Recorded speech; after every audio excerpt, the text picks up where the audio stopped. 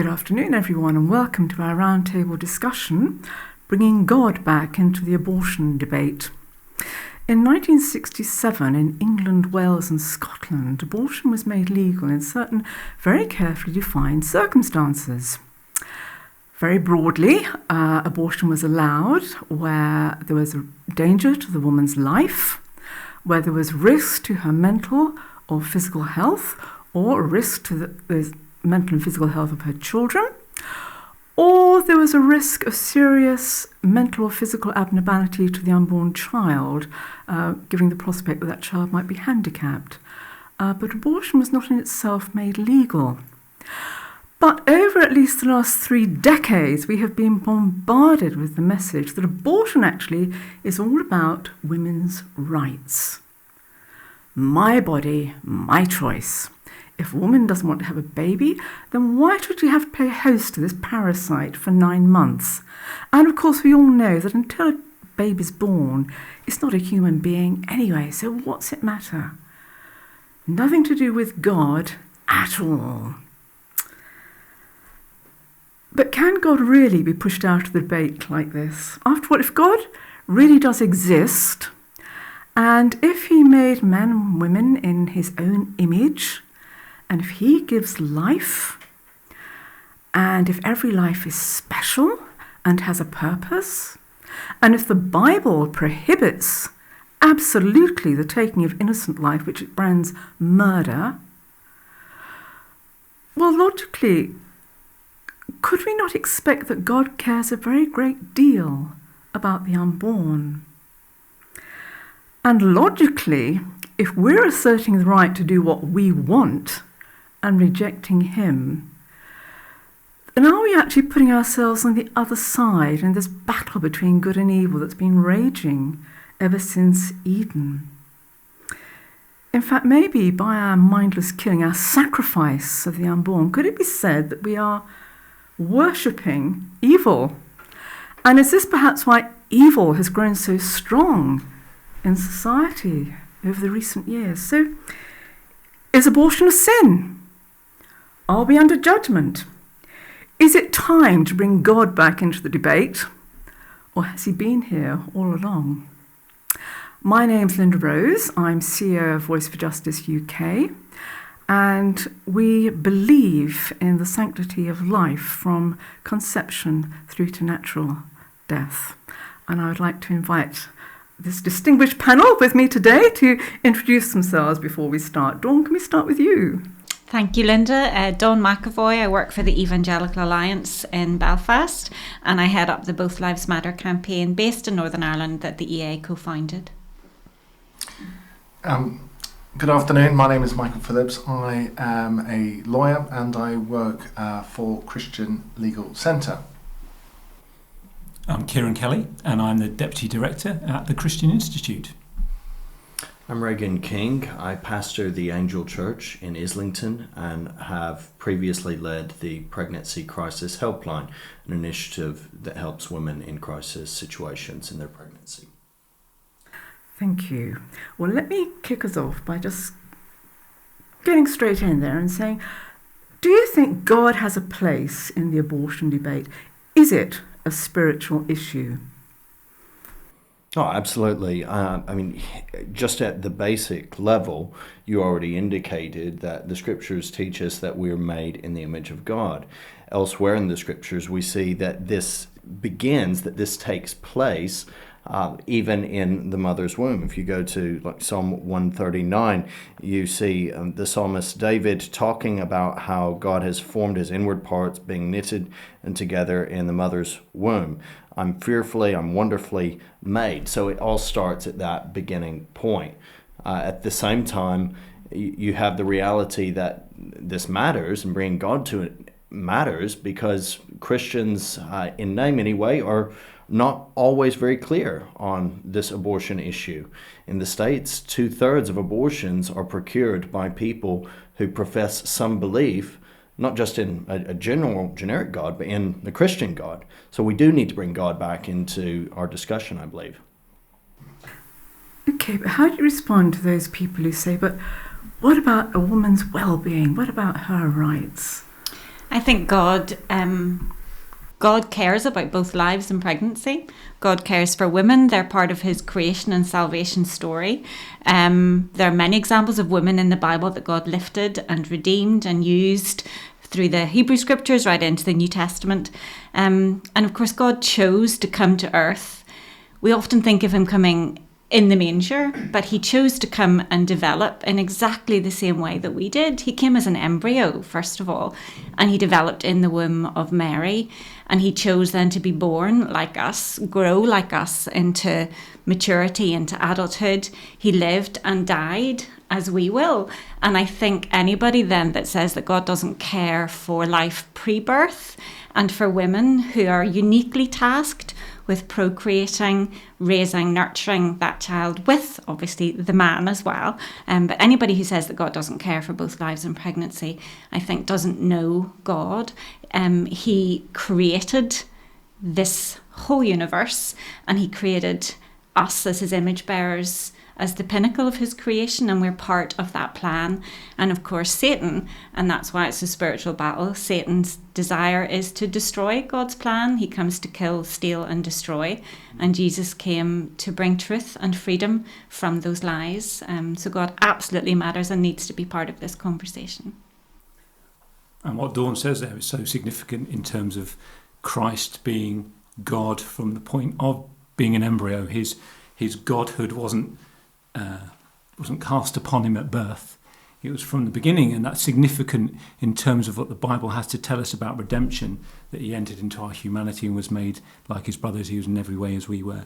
That's significant. So if we start to divorce our humanity or start to put it in place at a later stage than conception, then you actually start to undermine what the Bible has to say about God's redemption plan. And to come back to your initial point about this, whether this is a spiritual battle or not, of course it is, because we have God's truth and we have something being set against God's truth.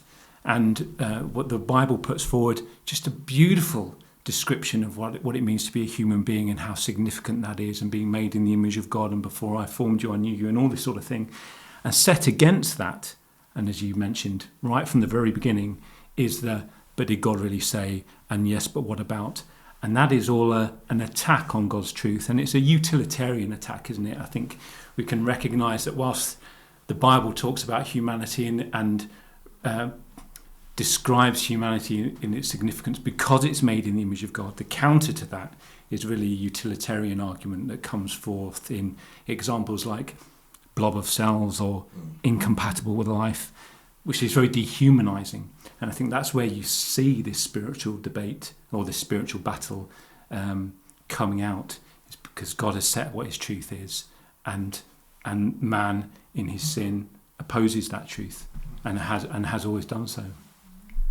That seems, it's so clear. But just let me ask our lawyer here that, the abortion lobby makes it such a human rights issue. Mm-hmm. How do you think we've lost God from this debate? How? Yeah, I think over the years that the common law was developed in this country, and also the law that around Europe came together, there was a partnership there between the law and also what people believed. And so really, what is law? What is a rule? It's really when you distill an ethic into a form of words. And then the reason why people then obey that is because they know deep down in their conscience that there's a good reason to obey that rule. And so, when you're driving along the road and you maybe go above the speed limit, not only do you do it not maybe just to be caught, but also, deep down it's the wrong thing to do. And I think now there's been this great divorce in our societies between our faith and between the law. Law has just become an instrument to serve the ends of the people that they and what they want. And so if then people do not want those things anymore, then they will then manipulate the arguments in such a way as to make it sound extremely logical, but extremely false. And so that, that's what lawyers are employed to do. They're employed in order to make the best case for their client.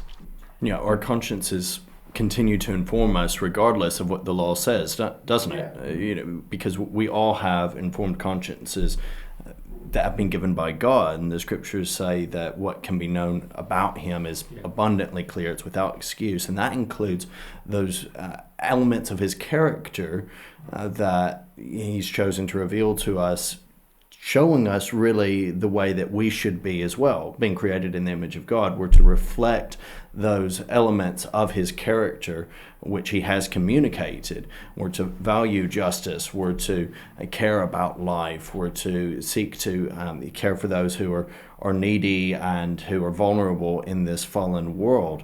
And so whatever the law says, there's still that important element of conscience that comes in telling us that this is not right. Hence why I think we have, some mental health issues that can arrive, depression, real grief and sadness, a sense of loss that can very often follow an abortion, because the conscience is still informing that this was life and it's been lost, regardless of the circumstance in which the abortion was procured. Yeah.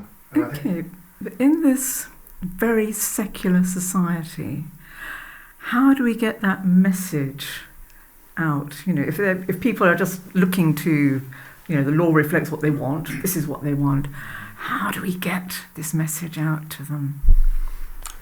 Well, the conscience point is so significant, I would say, in this, because we're not talking to a world, however godless the world that we operate in is, we are not talking to a world that is without God and does not know God. And everyone has a conscience, and we can put forward arguments which speak to that conscience, even if they're not biblical arguments. I don't think we need to get out our Bibles and say Psalm 139 says, or Jeremiah chapter 1 verse 5 says, with the general populace. We're still speaking to them to their conscience. I think that is a big thing in our favour in making these arguments.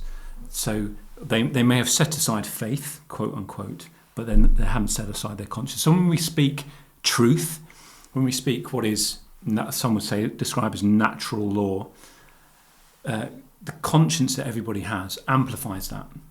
And I think we can afford to speak relatively gently, because the conscience that people have amplifies however much people might try to suppress it. Romans 2 talks about the way humanity suppresses truth. The conscience amplifies it. So we can use lots of good arguments without sort of necessarily quoting the Bible. Paul, classic biblical example, Paul in Athens, he didn't start from the Torah says when he was talking to a Greek audience. He said, look around, I see you're very religious. I see that you take your religion very, very seriously. He built common ground with them. He was very respectful, even though he completely disagreed with their paganism. He was very respectful of their beliefs. And then he led them on this journey to introduce them to God. And when we speak and we make forward arguments that are, say, on equality grounds, let's say, or on medical grounds to do with abortion, we can trust in the fact that they're true arguments, and God will amplify those arguments in their significance in people's conscience. And I think that's an area where we can come from a position of faith without saying thus and says the Lord.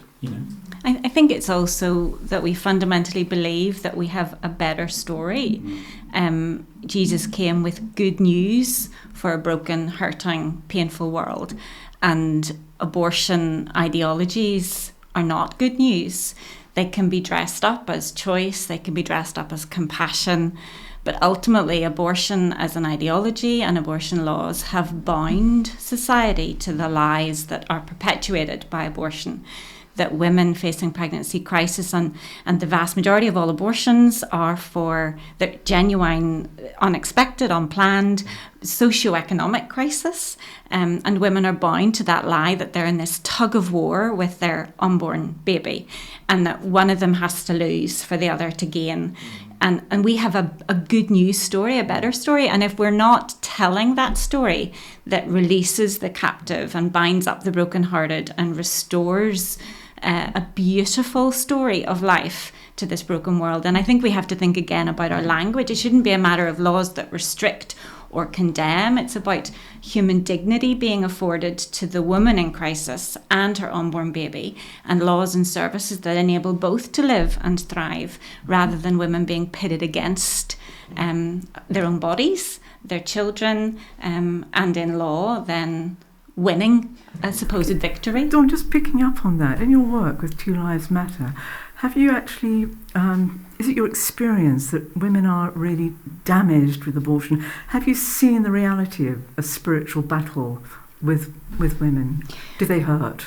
Obviously, Northern Ireland's in a unique place that we haven't had. We didn't have our law change in 1967, so up until 2020, we had a very different law. So our abortion rates were 6 times less annually, which shows that laws do make a difference. But still, every abortion ends an unborn life. And many women in Northern Ireland have been harmed by abortion. And we have those stories and seek those stories for our website. Women who, including in church families, who were taken across the water to England because the secret sin of abortion was better than the public shame of an unplanned or a crisis pregnancy. Women who have suffered decades, maybe not immediately for some of them, but maybe with the next pregnancy or a subsequent birth, then the trauma of what they did with the previous abortion has hit them. For other stories that we have, it's been an immediate regret. And then decades, one woman in particular that I can think of, decades of drug abuse, alcohol abuse, mental health issues.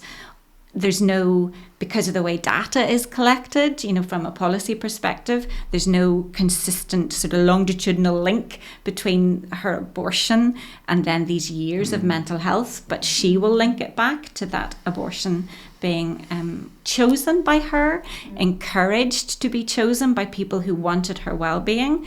But if she'd had an alternative support, she'd have chosen life for her baby, and that's what she would say now. So yes, we do see those stories, and that's why the good news story is so important for both lives in pregnancy. And I think, and I'll let somebody else speak, but I was thinking earlier, recently we've been looking a lot at Hagar and the story of Hagar and how God saw her, this young woman abused, exploited, abandoned by the people who should have been responsible for her and her young son, and abandoned. And God saw her and met her, and she named him. She said, God sees me. And that's what God does for these women who are in crisis through us. And if those women don't receive the support they need, then we're letting them down. Mm-hmm. Yeah, it's good news, isn't it? Michael, can I come back to just picking up on what you were saying too? Because I think there's a tie here that people get the law basically that they want. Mm-hmm. Have we shortchanged society by not talking about God more? Should we have been putting out that good news and actually the impact more? What inheritance has the church given to society, do you think?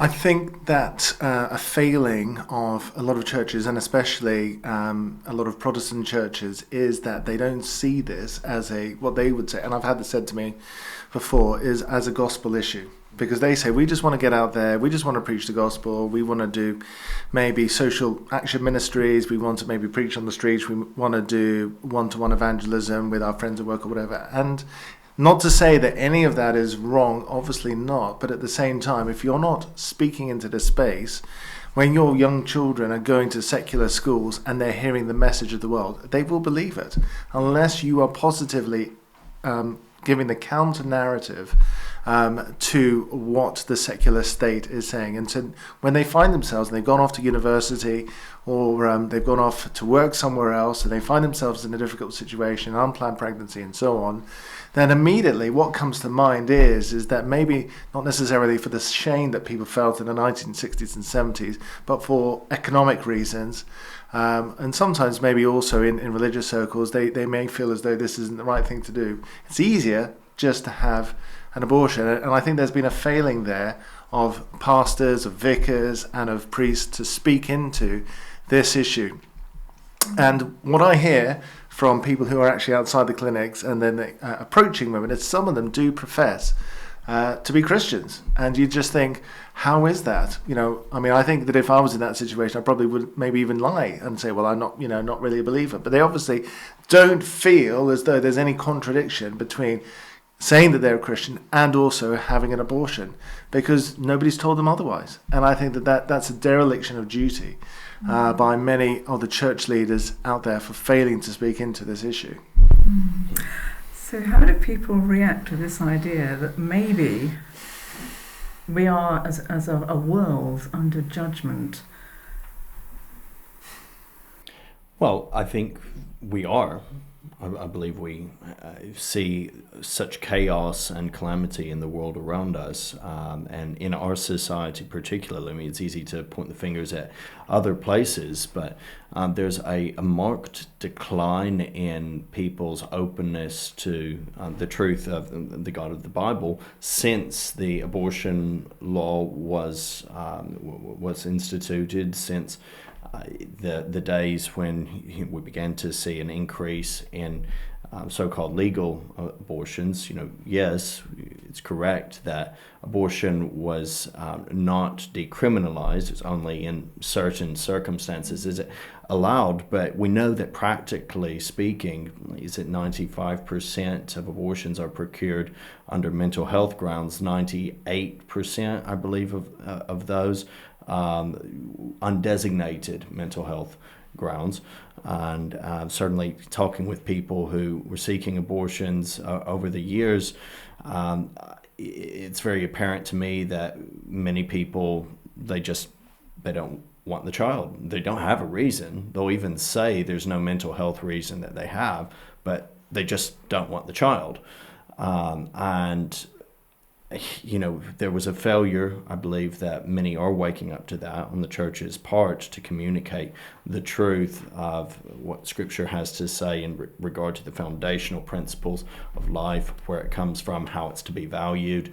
And there has been, at the same time, a fear of dealing with and addressing this situation from a spiritual standpoint. You said, some people have had this attitude of, well, we'll just present the gospel. But it's interesting, people say, well, just present the gospel, but aren't we supposed to present that also in work, not just in word? The scriptures say that we're to rescue those being led away to death. We're to care for those who are weak, defending the cause of the weak. There's so many passages that highlight even... If you look at the early church document, the Didache, abortion specifically was singled out. This is still in the apostolic age. Abortion was singled out as something that Christians should not be taking part in. That was the consistent witness of the early church. So we felt in that. Transformed society's thinking on abortion. Absolutely. Yeah. Absolutely. And, that's the reason why Christianity took off in the early centuries, because the idea of charity, the idea of loving your neighbor, the idea of adoption, all of these were complete anathema to the ancient world. They just thought it was a ridiculous idea, and people were drawn into Christianity by obviously the message of Jesus, the miracles and so on, but it was also the love that they experienced. The people that society hated and naturally despised, the church took in. And I think that there is a duty now on Christians today to look at those people who are around us, who are despised and rejected, and love them, not to the extent that you endorse necessarily everything that they say or do, because that's not true love, but just to speak lovingly to them about what they are doing. And sometimes that involves confrontation, that involves presenting the truth to people, which they don't always want to hear. A lot of people, most people, you speak to them and they say, I'm a good person. I give to charity, I do this, I'm nice. And they honestly, in their frame of reference, they are good, but somehow the idea of terminating the life of an unborn child doesn't rate. Yeah. The impact of the early church, exactly, but how do we, there's a kind of a moral ambivalence and hypocrisy, I think, that's affecting society. How do we get through that? Well, I think there's a number of ways that we can do it, and we've already touched on the fact that we don't necessarily need to be stood up and saying the Bible says to a society that is on a different page altogether. It doesn't recognise the authority of God's word. So I think for the church, needs to be confident in the power of God's word. And I think speaking as an evangelical Christian, evangelical Christians were very late to the party when it was being talked. I think both here and in the United States, Roman Catholics took a lead, and evangelicals had bought this lie that it didn't really matter, and it was only sort of late 70s, 80s, and when there was a bit of a turnaround in that. But so the church needs to perhaps recapture this confidence in the truth and the power and the authority of God's word. But I think when we're speaking to a world that just doesn't recognise any of that, I do think that there are powerful arguments to make. I don't think that we can only make pro-life arguments to an existing pro-life audience or to an existing Christian audience, because people understand the idea of equality. I mean, it's sort of one of the modern, it's almost kind of the catchphrase of the day, isn't it, about equality and discrimination. People sort of get it. And when you start talking about the inequality that comes from abortion, even if we're not talking about removing abortion altogether, if you talk about the inequality that exists within abortion law, I think you can get a hearing. When you talk about the damage that's done to mental health, I think you can get a hearing. When you talk about the sex-selective abortion, I think you can get a hearing. Perhaps not with MPs, as we've found, in practice, but I think in terms of the general public, that you can start to squeeze away or remove some of these arguments which they haven't fully formed, but they've just sort of imbibed from a society that they've also imbibed around, divorce or things to do with sex education or sex generally or what have you. They've imbibed all these sort of anti-Christian secular ideas, atheistic ideas. We do have opportunities to put forward arguments that almost meet them where they're at and start to challenge some of these preconceptions that they have. So I absolutely agree with Dawn, in terms of there are better stories, there are good stories to tell. I think the 100,000 Lives campaign that Dawn led in Northern Ireland was just fantastic. That is a way to engage with people. It didn't have a Bible, to my knowledge. I don't think it had Bible verses on it, but it talked about 100,000 lives saved. People can connect to that. I think it can make a difference. I think there's all sorts of arguments. We don't have to bring them into our churches to make those arguments.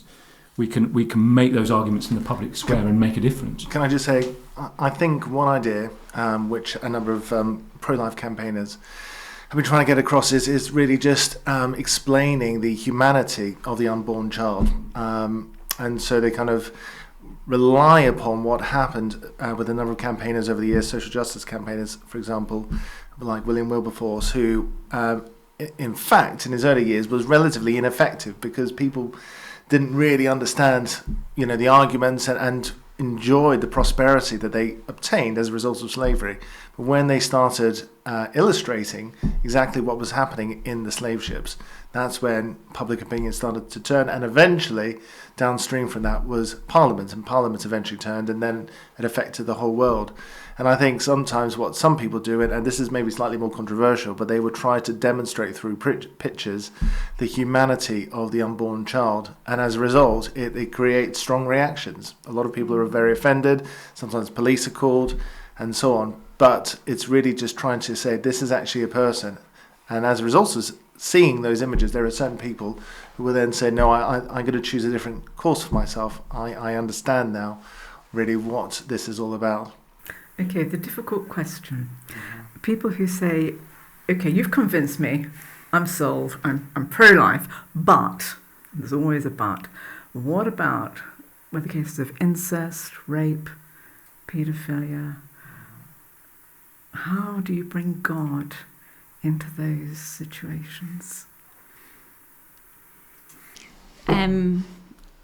I think there's so many layers of conversation that need to be had, and I think in the context of the bigger conversation, you have to always hold the nub of truth, which is that every human being is made in the image of God, born and unborn, and is deserving of human dignity and protection in law and the enablement to live in services supported by laws. When it comes to the most extreme, rare, difficult, painful conversations, that's where compassion has to come in, and there has to be a conversation where people meet God, not religion, which then speaks to condemnation and judgment.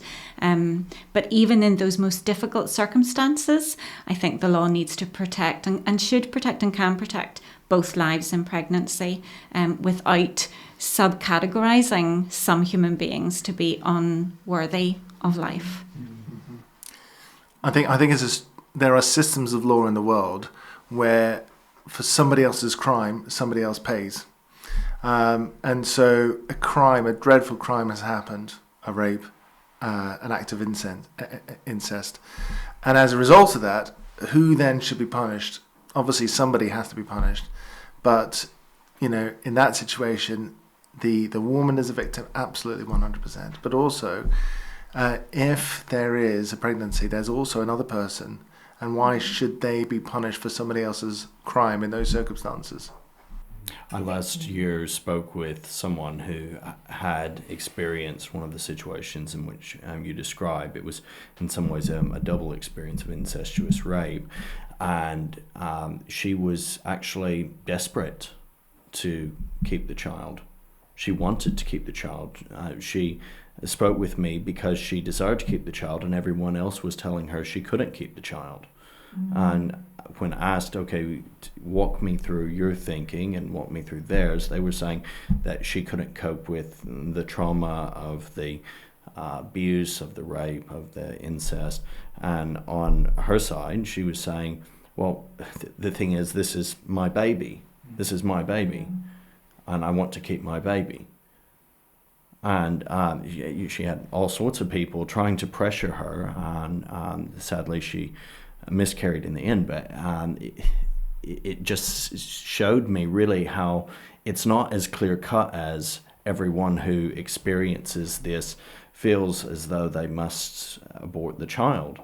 There is with many that conscience element that says, yes, what's happened is tragic, but I'm going to take the beauty out of this brokenness, and I'm going to take this test, and I'm going to pass this test, and something great and something that's a blessing can come out of it regardless of the difficulty. That's why there's this spiritual element, there's this spiritual battle that we will be facing, that we will be experiencing, that will try to cause us to in some way compromise and say, well, okay, there's many, I would say, especially I think in Protestant evangelical circles, who would say in those cases we can perhaps back down a little bit and say, yeah, well, maybe it's not ideal, but perhaps we should allow abortion in these cases. We should be okay with abortion in these cases, though it's all the same a tragedy. When you begin to do that, you begin to act like truth is subjective. You begin to act like it's all relative, and like there's nothing that's informing the conscience even in crisis moments. You can't do that because truth is always objective. So when we are discussing abortion, the reason I believe it's good to bring the conversation and lead it to where God is in the picture. And the reason I'm so thankful for March for Life, including God in the picture, its campaigning, is that ultimately objective truth is set by that standard given by God. Law, righteous law, is ordained by God. Righteousness exalts a nation, but sin is a reproach to any people, the scriptures say. So those are the underlying principles. I think abortion is a symptom of the greater underlying problems that we have in our society, issues with identity, meaning, purpose, all of which would find fulfillment if we went back to the God who created us. Yeah, and I guess what you're also saying actually is that God loves the unborn child, no matter where, how they were conceived, which is actually a major factor, isn't it, really? And when we focus solely on laws that restrict abortion from the perspective of sort of a cultural argument, I think we forget that actually the optimum for society is a trinity of laws and services that enable and empower women to choose life, and a culture that affirms every life. So that trinity of laws that protect all life, services enabling every life, and a culture that affirms each life regardless, then needs to be underpinned by information and education. So back to reframing the debate and reminding people of the humanity of the unborn child, but rehumanizing both women and unborn children, because abortion has dehumanized both, and reclaiming language, to have the conversation, because within the context of a culture that is so pro-abortion and underpinned by laws and policies that are pro-abortion, it's going to be an uphill battle. But it is, within the context of scripture, it is a time-confined battle. There's an ultimate victory. And in that process, while we live, then whatever the tiny victories are that we see, it has to be about rehumanizing the conversation. Can I just add into that? My own view is that there is no point really in some ways changing the law unless you change culture. The two things do have to go hand in hand. And so law shapes culture. Law does shape culture. I mean, I think that they do have to go hand in hand, because sometimes what you have is you can change the law, or you can have a change in the law, but if a law is consistently broken, then it undermines the legitimacy of the law. Ultimately, I think that what generally speaking happens is that you change culture, and then law then changes as a result. It'd be fantastic, obviously, to see, what we've seen happen in America, and as a result, it goes back to the democratic process, and then each state will then make a decision in America as to what exactly the abortion laws will be in that particular state. And in this country, I think the problem is that when they changed the law, what happened is that it was missold. And so we were just told this was going to be a minority, just going to be a few, maybe a few thousand every year. This was not going to be abortion on demand. And so what has then happened is that by stealth, the abortion law has been incrementally increased and changed over the last 30, 40 years. And so because this has all been happening behind closed doors, we now do have abortion on demand. Effectively, we do have that, and it's an effective decriminalisation. And so I think the priority is really for the church to speak up and to speak into the culture, because without that, the law in this country is not going to be changed. I don't think it's neither or, though, Michael, is it? I mean, surely it's a both and. You want to speak, you want to educate the church, so sort of to, if you like, counter this idea that kind of the abortion issue isn't something for churches to think about, hasn't kind of got gospel implications, all that sort of stuff. You want to counter that. You want to speak to the culture, but also you want to change law. And if the culture is going in one direction, a law change can be a restraint on that, can't it? So even if, let's say, the culture in the UK doesn't change at all, I think you would agree that if there was a positive law change that, say, reduce the number of weeks which abortions could happen, that would be a good thing, even if culture goes against it, because our lawmakers are there to promote evil and to promote good and promote good and restrain evil, aren't they? And they can do that through laws. So I wouldn't want anyone to sort of think that there necessarily needs to be a competition. I think you want to pull on these things in multiple places. But to what extent have we let the abortion lobby just frame the narrative so that actually us, changing the culture? I think the thing is that I was involved in a judicial review against the government in terms of pills by post. So when COVID happened, there was this narrative that went out there that it was so dangerous for people to leave the house. So therefore, women included, and as a result, they would have to bring in this draconian change in the law. And we were told repeatedly in Parliament that by Hancock and Lord Bethell, there's going to be no change whatsoever. And then within a couple of days, there had been the biggest change we'd ever seen in this country, just by way of really a diktat from a minister just redefining the place where you can have an abortion. And what then happened, that then continued for a couple of years. So no change in the law officially, because it didn't go through Parliament, it didn't go through the courts. But the culture in the civil service, which enabled that to happen, the fact that BPAS had a direct line to the civil servants, and the civil servants to the junior ministers, and the junior ministers to the senior ministers to number 10 Downing Street, they were in there. They had infiltrated every single part of the system to enable it to happen. And so that's we need to have a counter-infiltration, that's what you're saying. I think that's kind of what we are as Christians, aren't we? We're meant to be individuals who are countercultural. And as we counter the culture changes. So, when we are faithful in proclamation, but also in making sure that we not only say we're pro-life, making sure that we're providing the resources that are needed for women in crisis situations, making sure that they're supported, making sure that they have friendship around them, community around them that can give them that care. That's really, I think, what begins to transform people's attitudes and minds. I remember one of the first times that I dealt with abortion at the church I pastor, sat down and was wary that this is a hot button issue with some people. I prepared with the mindset, okay, there's probably going to be someone here who's had an abortion. I didn't know if anyone had an abortion, but the statistics show, some people say 1 in 3, some say 1 in 4, others 1 in 5, in the UK have had an abortion. If let's say 1 in 4 women in the UK have had an abortion, then in a Bible study congregation church, there's likely to be someone who's experienced that.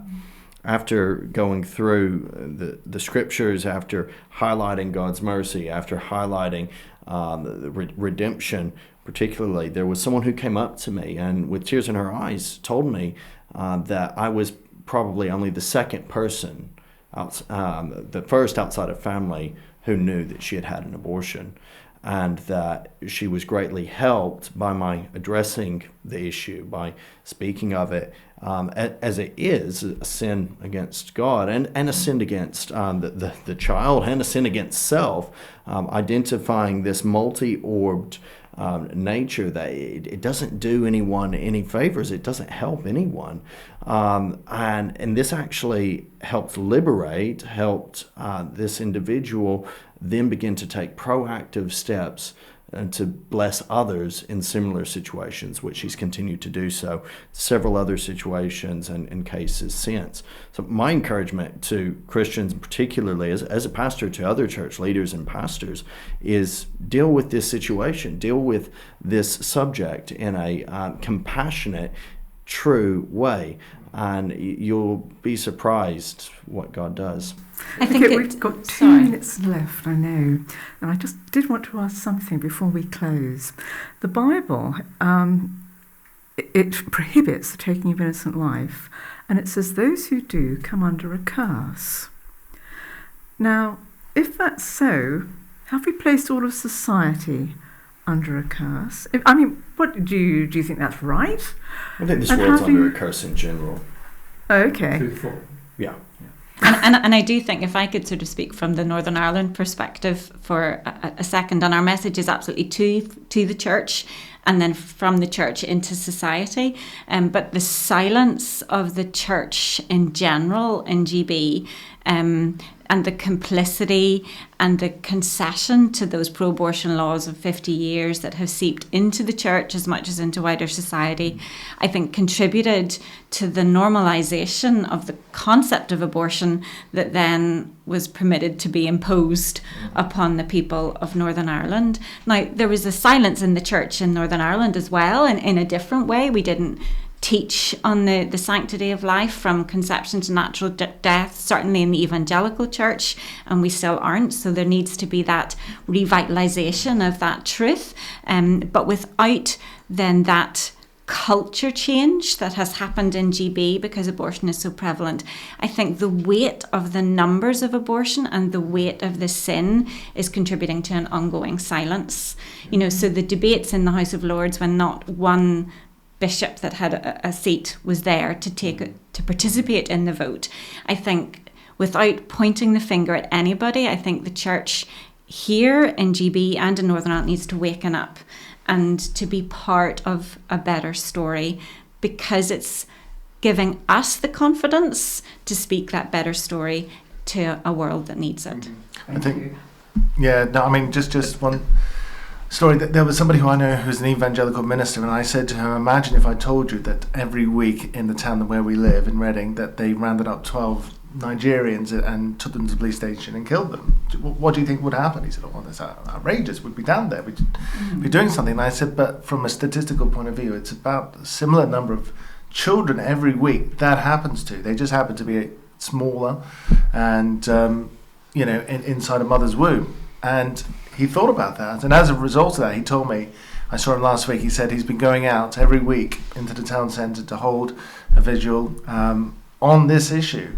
So I think as a result of just one conversation, and then that's one church and his church which has been affected, and obviously ministers that he's friends with and so on. So the hope here is that other ministers will speak to their congregations and actually say, this is something that unless we do something about it, it's just going to stay the same as it always was. And in fact, if anything, get worse. Can I just very quickly say... Very quickly, because we're running out of time. The significance of things like that is the fact that we are in a situation now where even the expression of pro-life views is one that is under attack. So, it's a world that was not just saying, well, you have your view and we have ours, and actually we're going to continue with abortion, thank you very much, is that we don't even want you to express the view, the kind of views you're expressing. And we've got to be mindful of the fact that, of course, sin will always want to suppress the truth. And we've got to be mindful that the debate potentially shifts, examples with buffer zones and so on, that even the expression of a view that of the kind of things that we've been talking about around this table so openly, we've got to be mindful that we don't take those for granted either. Yeah. Well, thank you, everyone. We have run out of time, I'm afraid, and I think this conversation could have gone on for a long, long time.